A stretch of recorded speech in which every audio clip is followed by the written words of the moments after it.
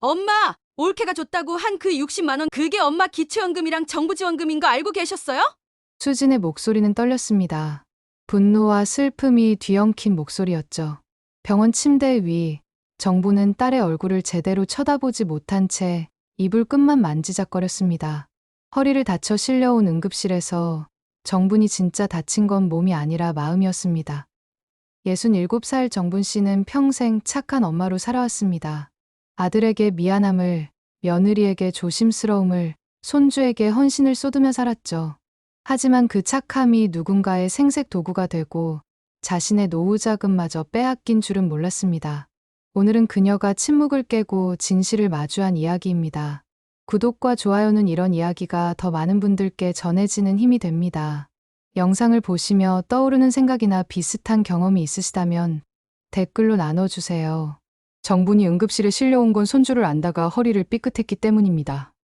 하루 종일 보채 나이를 달래느라 허리를 펴지 못한 채 살았던 날들이 결국 뼈를 삐끗하게 만들었죠. 정부는 침대에 누워서도 미안한 표정이었습니다. 정분이 작게 중얼거렸습니다. 내가 조심했어야 했는데 애들 힘들게 했네. 수지는 엄마의 그 말을 듣는 순간 가슴이 터질 것 같았습니다. 엄마, 다친 건 엄마인데 왜 미안해 하세요? 하지만 정부는 고개를 저으며 말했습니다. 며느리가 일하느라 바쁜데 내가 좀 더 조심했어야지. 그때 수진의 휴대폰이 울렸습니다. 올케 혜진이었습니다. 혜진의 목소리가 들려왔습니다. 언니, 어머니 괜찮으세요? 저희 지금 회사라 못 가는데 원래 어머니 허리 안 좋으시잖아요. 그 말투엔 걱정보다는 원래 그러시니까 뭐라는 무심함이 배어 있었습니다. 수지는 전화를 끊고 한숨을 내쉬었습니다. 그리고 엄마 가방에서 우연히 통장을 발견했죠. 정신없이 병원에 오느라 이것저것 챙기다 챙긴 가방에 통장이 있었던 것 같았습니다. 이 통장 엄마가 평소에 갖고 계셨나? 어머, 내가 올케 가방을 갖고 왔나 보네. 생각해보니 작년부터 혜진이 말했었습니다. 어머니, 통장 제가 관리해드릴게요. 어머니, 불편하시잖아요. 매달 필요한 돈 챙겨드릴게요. 정부는 그때 고마워했습니다. 며느리가 자기를 챙겨준다고 생각했으니까요. 그 뒤로 정부는 통장을 직접 본 적이 없었습니다.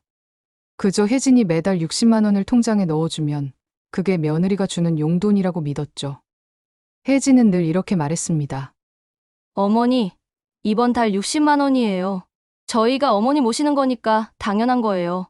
정부는 그 돈으로 손주 간식을 사고 소아과 병원비도 내고 가끔 함께 지내는 아들내장도 봤습니다. 그리고 늘 생각했죠. 며느리가 참 착하구나. 이렇게까지 해주는데 내가 더 잘해야지. 하지만 수진이 지금 손에 든 통장에는 전혀 다른 진실이 적혀 있었습니다. 수진은 무심코 거래 내역을 펼쳐봤습니다. 그 순간 그녀의 손이 멈췄습니다. 기초연금 40만 원 입금. 그리고 같은 날짜 병원비 12만 원 출금, 동네마트 8만 원 출금, 간식비 5만 원 출금. 수진의 눈이 커졌습니다. 엄마가 받는 기초연금 40만 원과 정부에서 나온 돌봄지원금 20만 원, 합쳐서 60만 원. 그런데 혜진은 늘 말했습니다. 저희가 어머니께 매달 60만 원 드리면서 애 맡기고 있어요. 수진의 머릿속이 하얗게 변했습니다. 혜진이가 준 돈이 아니라 엄마 돈이었어? 그것도 엄마가 다시 손주한테 쓰고 있었던 거야? 수진은 엄마를 돌아봤습니다. 정부는 여전히 이불만 만지작거리고 있었습니다. 수진이 조심스럽게 물었습니다. 엄마 혹시 혜진이가 매달 60만 원 준다고 했죠? 정분이 고개를 끄덕이며 대답했습니다. 그래, 고마운 일이지. 요즘 애 키우는 게 얼마나 힘든데 혜진이가 60씩이나 주면서 애 맡기는데 내가 잘해줘야지. 수진의 목소리가 떨렸습니다. 엄마, 그거 혜진이 돈 아니에요. 정분의 눈빛이 흔들렸습니다. 뭐라고? 수진은 통장을 펼쳐 보이며 설명했습니다. 여기 봐요. 기초연금 40만 원, 올케 통장에 돌봄 지원금 20만 원. 이게 매달 같은 날 엄마 통장으로 들어오고 엄마는 그걸 또 손주한테 쓰고 계셨어요. 그런데 혜진이는 이 통장을 가지고 있으면서 마치 자기가 60만 원 준 것처럼 말하고 다녔던 거예요. 정부는 멍하니 통장을 바라봤습니다. 그러고 보니 작년에 혜진이 통장을 가져간 뒤로 한 번도 직접 본 적이 없었습니다. 그저 혜진이 건네준 체크카드만 받아서 썼을 뿐이죠. 정분의 얼굴이 하얗게 질렸습니다. 내가 내 돈을 쓰고 있었던 거야? 그런데 난 혜진이한테 고마워하고 있었어. 수지는 엄마의 손을 꼭 잡았습니다. 엄마는 아무것도 모르고 계셨던 거예요. 혜진이가 엄마 통장을 관리한다며 가져가서 엄마 연금을 마치 자기가 준 돈처럼 포장한 거죠. 그 순간 정분의 눈에서 눈물이 흘러내렸습니다. 평생 배려하고 착했던 사람이 자신의 배려가 누군가의 생색 도구가 됐다는 사실을 깨달은 순간이었습니다. 복도 끝에서 간호사가 지나가고 병실 밖에선 누군가의 웃음소리가 들렸습니다. 하지만 정분의 세계는 조용히 무너지고 있었습니다. 수지는 엄마를 안으며 속으로 다짐했습니다. 이제는 내가 엄마를 지켜야겠다고. 하지만 진짜 문제는 이제 막 수면 위로 떠오르기 시작한 것이었습니다. 정부는 젊은 시절 남편을 일찍 여의고 홀로 두 아이를 키웠습니다. 딸 수진이 5살, 아들 준호가 3살이었던 그 겨울, 남편은 교통사고로 세상을 떠났죠. 장례식장에서 정부는 눈물도 제대로 흘리지 못했습니다. 울 시간조차 없었으니까요. 그날부터 정부의 인생은 생존이었습니다. 새벽 5시에 일어나 식당 주방 일을 나가고 오후엔 청소 일을 했습니다. 밤늦게 돌아오면 아이들은 이미 잠들어 있었고 정부는 작은 방에서 아이들 숨소리를 들으며 하루를 버텼죠. 특히 아들 준호에게는 유독 미안함이 컸습니다. 아버지 없이 자라는 아들이 혹시 주눅 들까봐, 혹시 세상에서 상처받을까봐 정부는 준호가 원하는 건 뭐든 들어주려 애썼습니다. 준호가 자전거를 갖고 싶다고 하면 몇 달을 아껴서라도 사줬고 대학 등록금이 모자라면 사채까지 썼습니다. 딸 수지는 그런 엄마를 지켜보며 자랐습니다. 엄마가 오빠한테만 애쓰는 모습을 자신은 늘 뒷전인 현실을 일찍부터 받아들였죠. 그래도 수지는 엄마를 원망하지 않았습니다. 그저 엄마가 너무 힘들어 보여서 자신만큼은 엄마 걱정 덜어드리고 싶었을 뿐이었습니다. 그렇게 세월이 흘러 준호는 결혼했고 혜진이라는 며느리가 집안에 들어왔습니다. 혜진은 처음엔 공손했습니다. 어머니, 제가 잘할게요. 걱정 마세요. 정부는 그 말을 믿었습니다. 아들이 좋은 사람을 만났다고 이제 아들 걱정은 덜었다고 안도했죠. 하지만 손주가 태어나면서 분위기가 달라지기 시작했습니다. 어느 날 혜진이 정분에게 말했습니다. 어머니, 제가 복직해야 해서요. 애 좀 봐주실 수 있으세요? 정부는 당연하다는 듯 고개를 끄덕였습니다. 그럼 내가 봐야지 손주인데. 그로부터 6개월이 지났을 때쯤 며느리가 통장을 만들어야 한다고 해서 만들고 관리해준다기에 별 생각 없이 맡기게 되었습니다. 요즘 육아 도우미 쓰면 100만 원도 넘게 나가거든요. 정부는 깜짝 놀랐습니다. 혜진은 웃으며 말했습니다. 어머니도 생활비 필요하시잖아요. 당연히 드려야죠. 정부는 그 말이 고마웠습니다. 며느리가 자신을 생각해준다는 사실이 감사했죠. 그래서 더 열심히 손주를 돌봤습니다. 아이가 아프면 밤새 안고 재웠고 기저귀가 떨어지면 당장 마트에 달려갔습니다. 그런데 이상한 건 혜진이 60만 원 드린다고 한 그 돈을 정작 자신에게 쓴 건 얼마 안 된다는 점이었습니다. 아이 간식이며 소화과 병원비 어느새 부족한 돈. 하지만 돈 얘기는 아무리 아들이라고 해도 쉬운 게 아니었습니다. 정부는 생각했습니다. 그래도 괜찮아. 손주 키우는 게 돈이 얼마나 드는데 혜진이가 60이나 주는데 내가 조금 보태는 건 당연하지. 하지만 정분이 몰랐던 건 그 60만 원이 애초에 자신의 기초연금 40만 원과 정부 돌봄지원금 20만 원이었다는 사실이었습니다. 혜진은 정분의 통장을 관리한다며 가져간 뒤 그 돈을 마치 자기가 주는 것처럼 포장해서 정분에게 건넸던 거죠. 그리고 정부는 자기 돈을 받아서 다시 손주에게 쓰면서 며느리에게 고마워하고 있었습니다. 아들 준호는 그 구조를 알았을까요?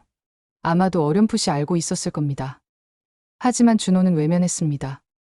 엄마는 원래 우리 도와주는 사람. 머릿속에 이런 공식이 박혀 있었으니까요.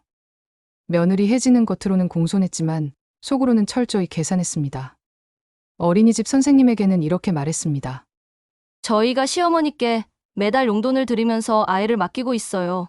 그러니 어머님도 잘 돌봐주시는 거죠. 딸 수지는 멀리서 지켜보며 불안했습니다. 엄마가 너무 많이 희생하고 있다는 걸 알았지만 시집간 딸이 끼어들기엔 애매한 위치였죠. 그저 가끔 전화로 물어볼 뿐이었습니다.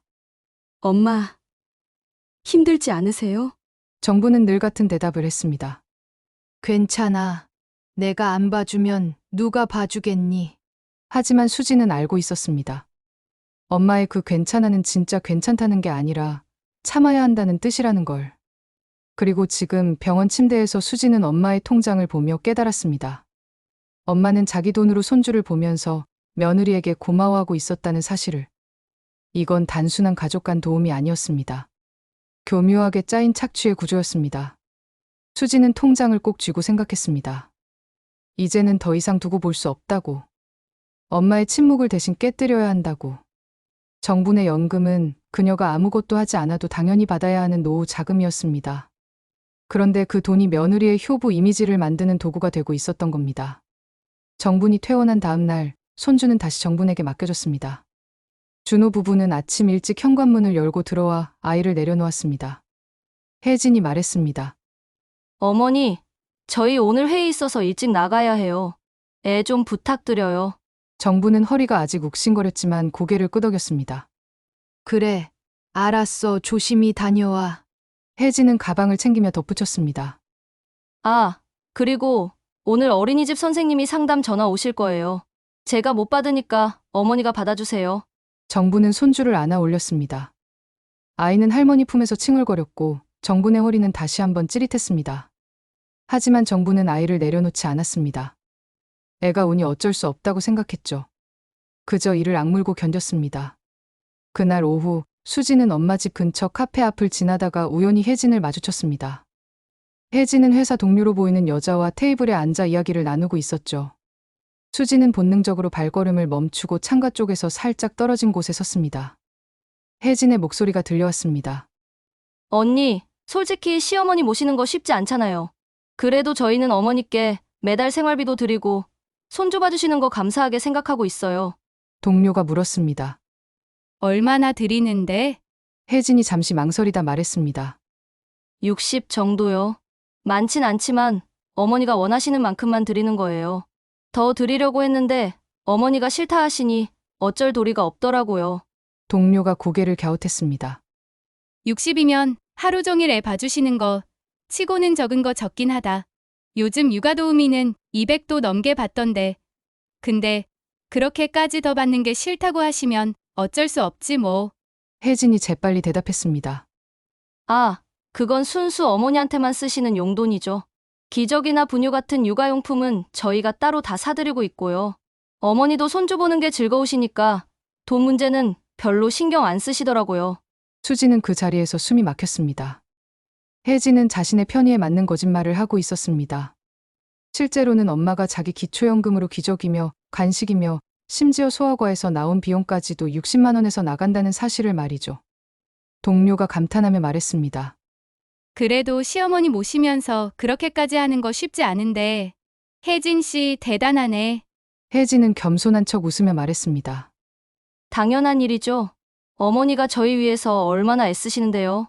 요즘 애 키우는 게 얼마나 힘든데 어머니가 계셔서 저희가 일할 수 있는 거예요. 수지는 온몸이 뜨거워지는 것을 느꼈습니다. 혜진의 그 태도, 교묘하게 포장된 거짓말이 믿기지 않았습니다. 엄마 기초연금 40만 원, 정부 지원금 20만 원을 합쳐놓고는 우리가 60 드린다고 말하고 거기다 육아용품은 따로 산다는 거짓말까지 보태며 애초에 더 드릴 마음도 없었던 용돈을 정분이 안 받겠다고 했다는 등 자신을 효부로 포장하고 있었던 겁니다. 수지는 주먹을 쥔 채 그 자리를 떠났습니다. 당장 따져 물어야 할지 아니면 증거를 더 모아야 할지 고민하며 엄마 집으로 향했습니다. 엄마 집 현관문을 열자 정부는 손주를 무릎에 앉히고 그림책을 읽어주고 있었습니다. 허리가 아파서인지 자세가 굽어 있었지만 정부는 밝은 목소리로 아이에게 말하고 있었죠. 우리 강아지는 어디 갔을까? 여기 있네. 수지는 그 모습을 보며 가슴이 먹먹해졌습니다.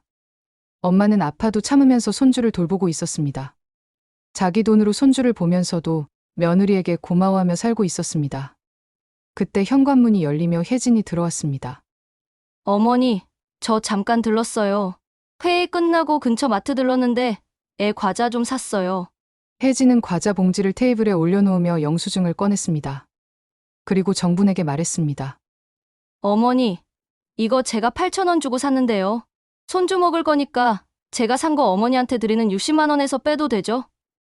애 간식은 원래 어머니가 사시는 거니까요. 정부는 당황한 표정을 지었습니다. 혜진의 말은 이랬습니다. 나는 시어머니께 매달 60만 원을 드린다. 그런데 손주 과자를 내가 샀으니 이번 달 60만 원에서 8천 원 빼고 59만 2천 원만 드려도 되겠죠? 수지는 그 말을 듣는 순간 온몸에 소름이 돋았습니다. 혜진은 지금 자기가 산 과자값 8천 원을 엄마한테 준다는 60만 원에서 공제하겠다는 소리를 하고 있었습니다. 그것도 그 60만 원이 원래 엄마 기초연금과 정부지원금인데 말이죠. 게다가 과자는 손주가 먹을 건데 혜진은 그걸 마치 내가 시어머니한테 주는 돈에서 빼겠다는 겁니다. 손주 물건을 사놓고 시어머니 몫에서 까겠다는 거였죠. 정부는 얼굴이 붉어지며 말했습니다. 그래 그렇게 해. 그건 내가 낼게. 우리 손주 먹을 건데 뭐. 혜진은 고개를 끄덕이며 웃었습니다. 그럼 다행이네요. 저희도 요즘 애 키우느라 지출이 많아서요. 어머니가 이해해 주시니까 정말 감사해요. 수지는 참지 못하고 입을 열었습니다. 올케, 지금 뭐 하는 거예요? 혜진이 수진을 돌아봤습니다. 언니, 언제 오셨어요? 오셨으면 진작 말을 하시지. 수진의 목소리는 차갑게 가라앉았습니다. 올케가 엄마한테 준다는 그 60만 원, 정확히 뭔데요?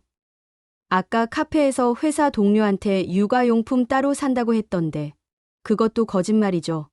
혜진의 얼굴이 순간 굳었습니다. 그게 저희가 어머니 도와드리려고 매달 드리는 거잖아요.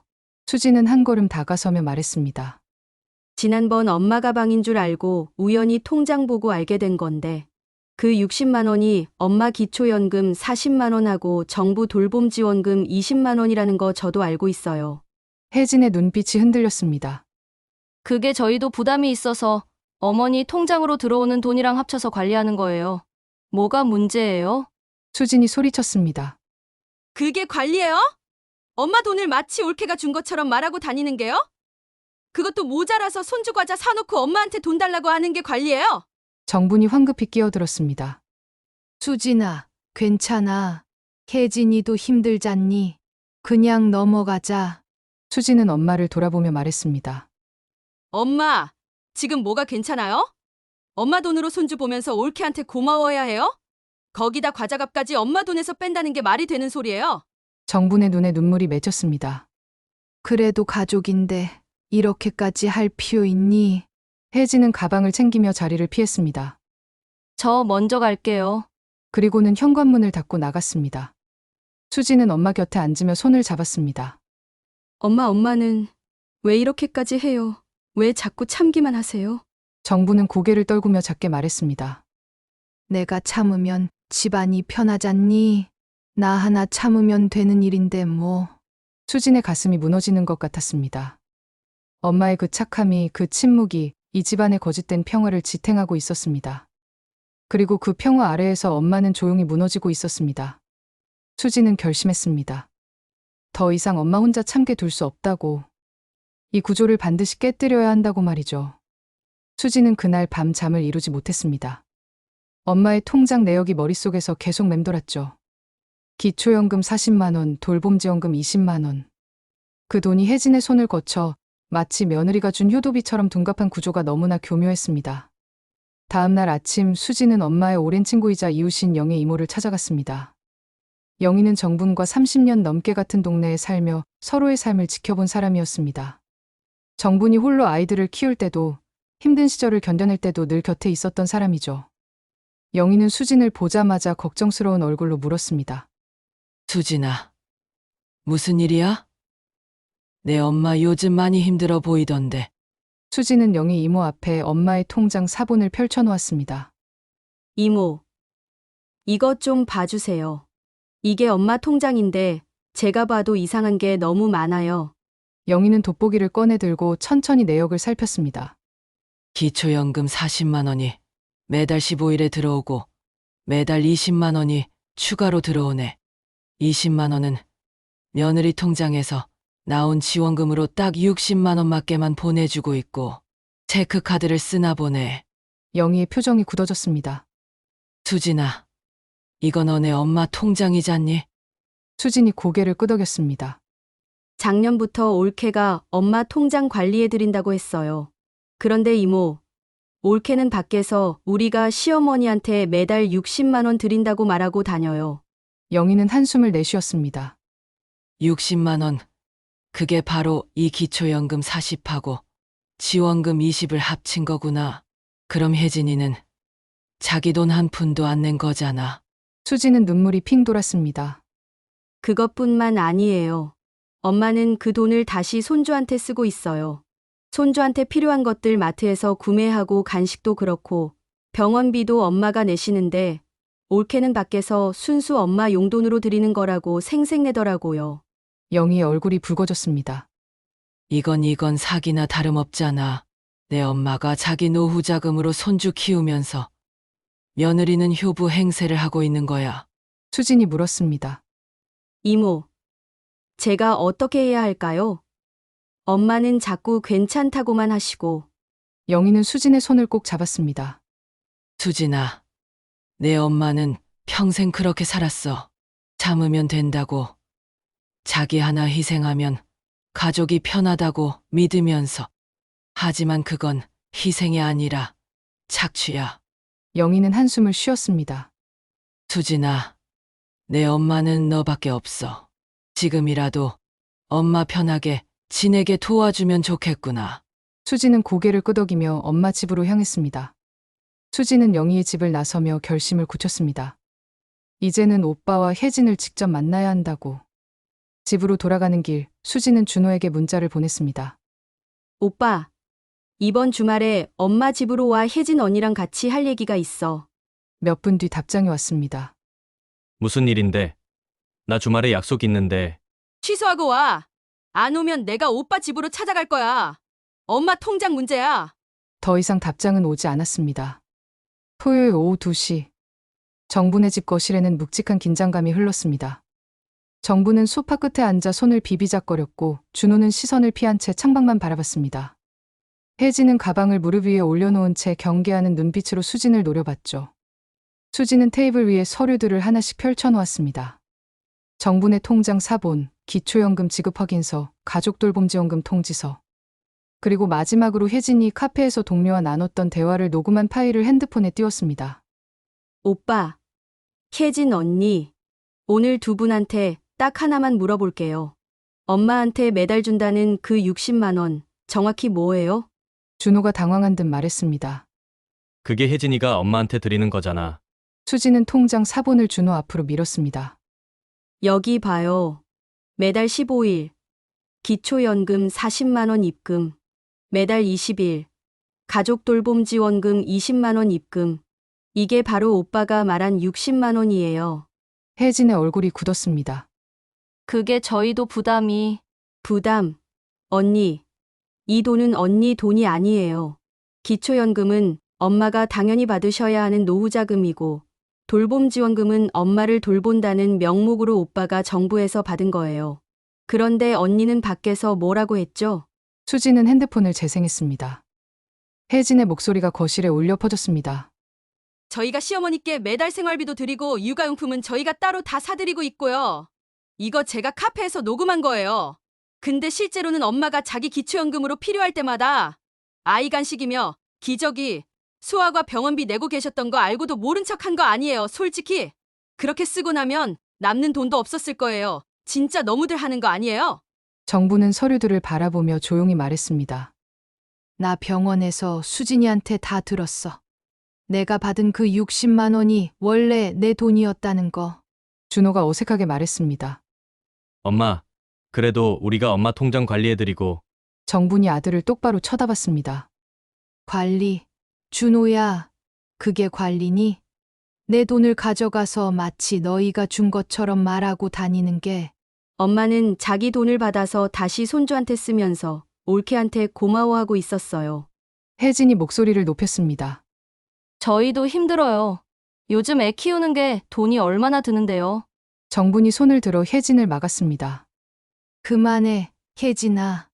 나도 이제 알았어. 내가 너한테 얼마나 이용당했는지.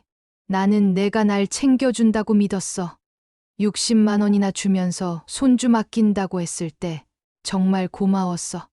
그래서 하나라도 더 돕고 싶었다. 티는 안 났지만 매일 빨래며 설거지며 허리 아파도 참았고 밤새 울어도 안아줬어.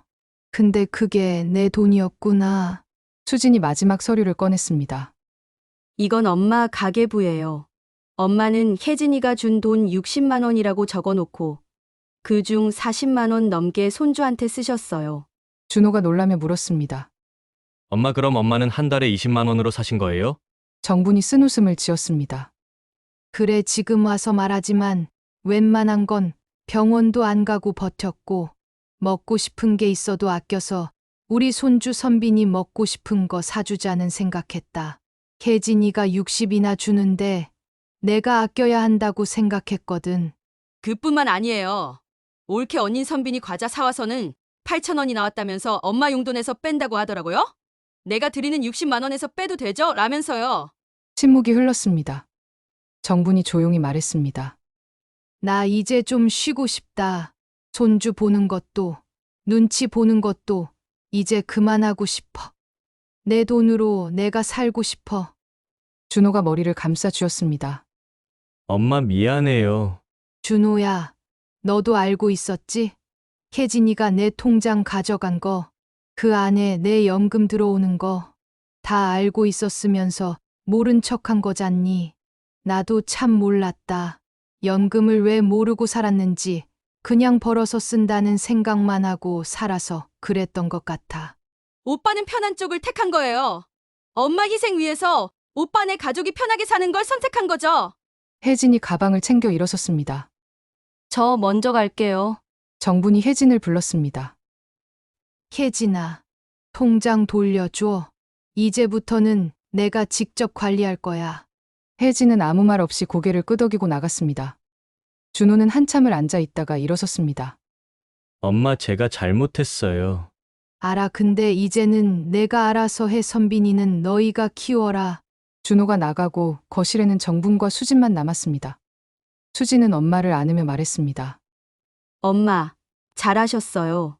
정분은 창밖을 바라보며 조용히 말했습니다. 나 너무 바보 같았지? 아니에요. 엄마는 오빠네 힘들까봐 참고 도와준 것 뿐이야, 엄마니깐. 근데 이제는 엄마를 위해 사세요. 그날 밤 정분은 처음으로 결정했습니다. 더 이상 손주를 돌보지 않기로. 자신의 기초연금을 자신을 위해 쓰기로. 사흘이 지났습니다. 준호 부부는 소식이 없었고 손주도 보이지 않았습니다. 정분의 집은 처음으로 고요했습니다. 수지는 엄마와 함께 은행에 갔습니다. 창구 직원이 말했습니다. 비밀번호 변경 완료됐습니다. 은행을 나오며 수진이 물었습니다. 엄마, 생활비 모자라면 제가 보태드릴게요. 정분이 고개를 저었습니다. 아니야. 40만 원이면 혼자 살기엔 괜찮아. 이제 나한테 필요한 것만 사서 쓰고 생활하니깐 괜찮다.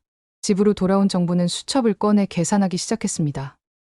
기초연금 40만 원, 관리비 7만 원, 통신비 3만 원, 전기가스 5만 원, 식비 20만 원, 병원비 약값 3만 원, 남는 돈 2만 원.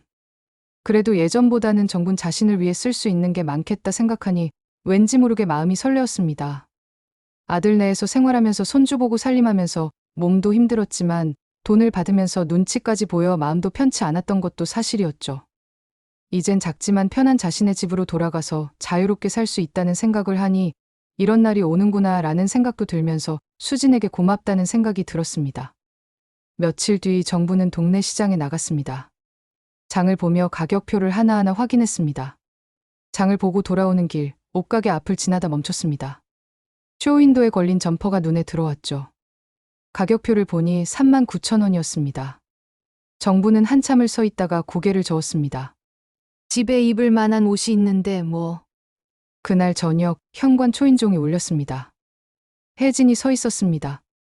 손에는 등기봉투가 들려 있었습니다. 어머니, 통장 돌려드리러 왔어요. 정부는 봉투를 받았습니다. 안에는 통장과 도장, 그리고 짧은 편지가 들어 있었습니다. 어머니, 죄송합니다. 정분이 물었습니다. 혜진아, 너 정말 미안해? 혜진이 고개를 숙였습니다. 어머니, 저도 애 키우느라 힘들었어요. 정부는 한참을 혜진을 바라보았습니다. 힘들었다만 반복하는 며느리에게 나도 힘들었다라는 말이 통하지 않을 것 같은 생각이 들어왔습니다. 그래, 알았다. 그만 가봐라. 일주일이 지났습니다. 동네에는 이미 소문이 퍼져 있었습니다. 혜진이 시어머니 기초연금을 자기 돈인 것처럼 말하고 다녔다는 소문. 정부는 동네 슈퍼에 들렀습니다. 계산을 하는데 뒤에서 수근거리는 소리가 들렸습니다. 저 집 며느리 있잖아. 시어머니 연금을 가로채서 결국 들통났네. 정부는 슈퍼를 나왔습니다. 귀가 따가웠지만 한편으로는 속이 시원했습니다. 집으로 돌아오니 수진이 기다리고 있었습니다. 손에는 흰 봉투가 들려 있었습니다. 엄마, 앉아보세요. 이거 엄마 용돈이에요. 30만 원이에요. 앞으로 매달 통장으로 이체해 드릴게요. 체크카드 사용하고 현금으로 출금해서 사용하는 법도 알려드릴게. 정분의 눈이 커졌습니다. 아니야. 이건 너무 많아. 수진이 엄마 손을 잡았습니다.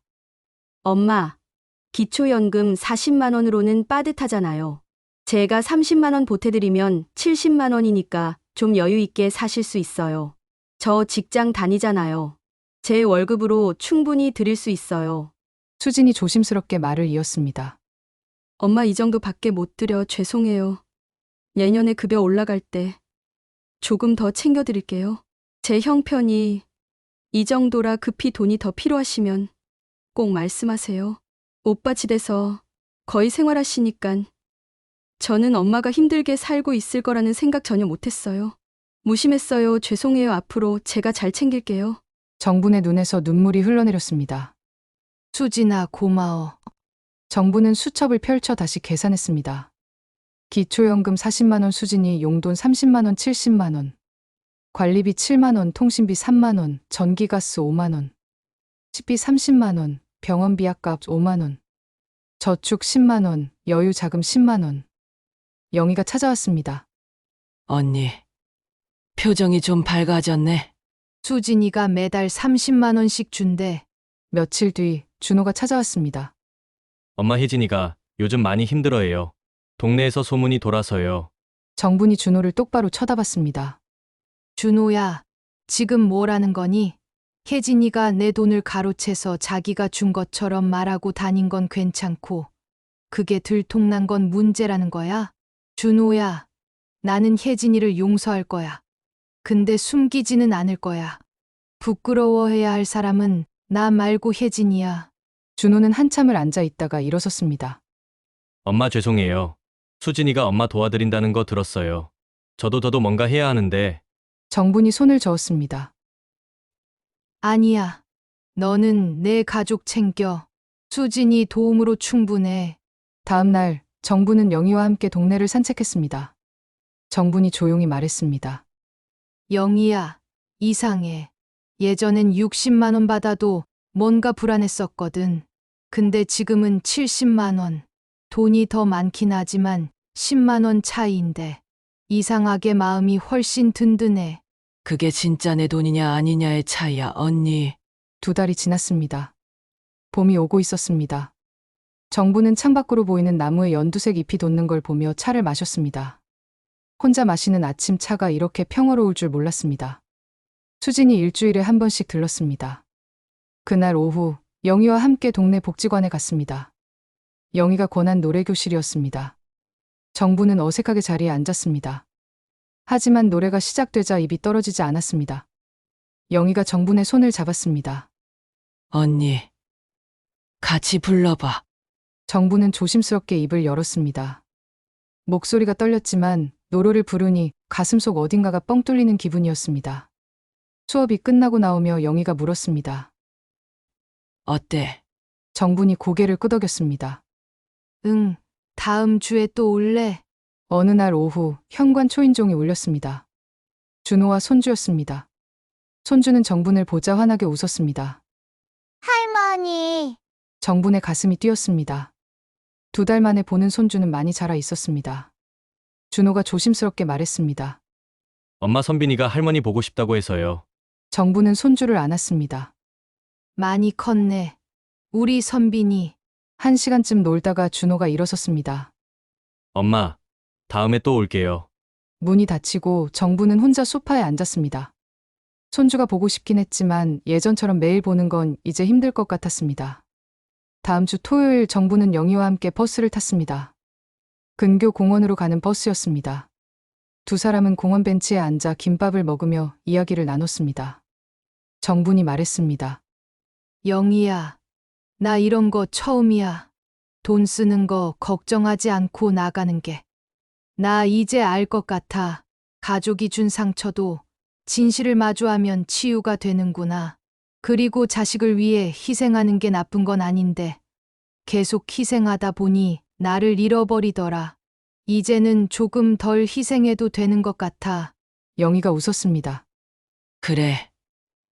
그렇게 사는 거야. 집으로 돌아온 정부는 수첩을 펼쳤습니다.